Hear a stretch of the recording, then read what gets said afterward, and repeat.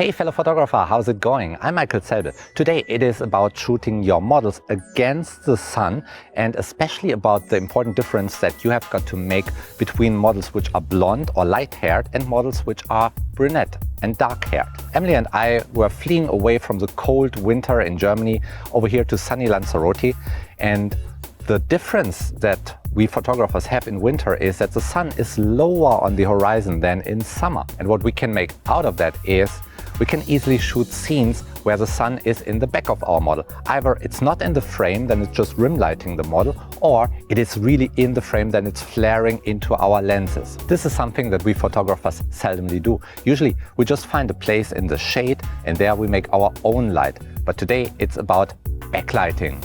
Typically this is best done either in the morning when the sun is still low on the horizon, or in the late evening when the sun is again low on the horizon. During midday when the sun is high in the sky, then what we get is often just burnt out hair but not a nice rim lighting effect.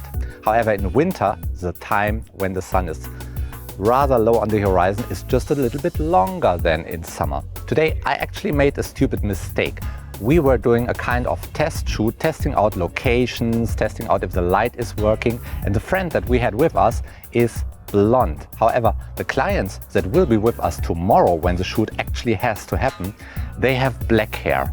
And there's a big difference. For blonde model, it works beautifully when they are rim lighted, meaning you position them on a rather dark background, maybe a dark green tree or maybe even the sky when it's not too bright, but it's darker than her hair color. And then the sun is shining from an angle into their hair and it's producing this nice rim light, which reads beautifully in light-colored hair. This rim light will also read on all parts of their body, on skin, on light clothes and so on.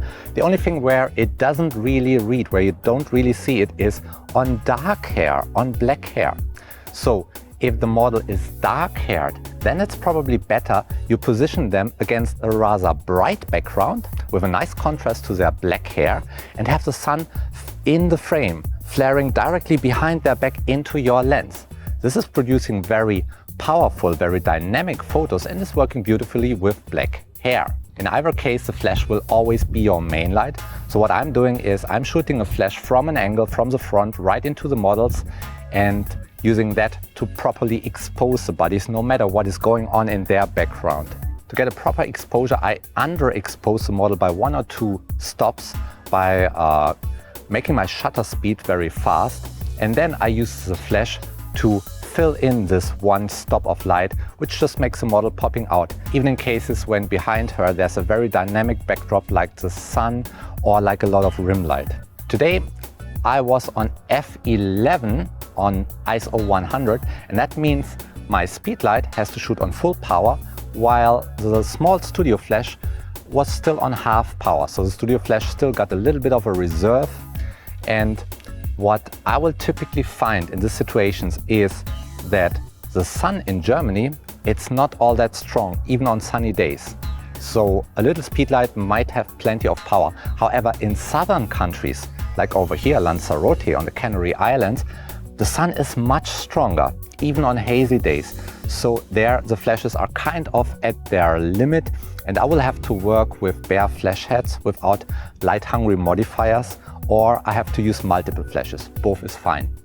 One thing you should be aware of is that when you're shooting against the sun, there is a lot of stray light bouncing around in your lens. That is degrading the contrast and it's leading to kind of aperture ghosting artifacts.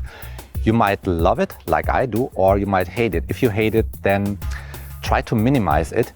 Use a lens shade that is really made for your lens, so it matches exactly the focal length of your lens. What I sometimes do when I don't want to have it is I just use my hand to shade the lens because I'm too lazy to put the lens shade on.